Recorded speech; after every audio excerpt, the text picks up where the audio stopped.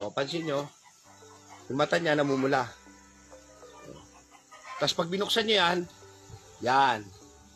Yun, nakikita nyo may parang laway. Yan. Kaya tawag namin dito sa Visayas, saka sa Mindanao, laway-laway. Ito yung tawag na foul cholera. Ay sobrang init ng kanilang katawan. So, paliguan muna natin.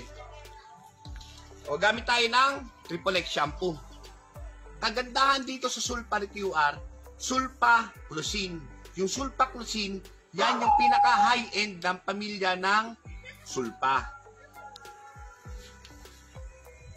Pagsubo, papainom tayo, 2 dip lang. Isa. Dalawang yelo. Tapos mapapansin nyo, yung mata niya, yan, hindi na yung namumula.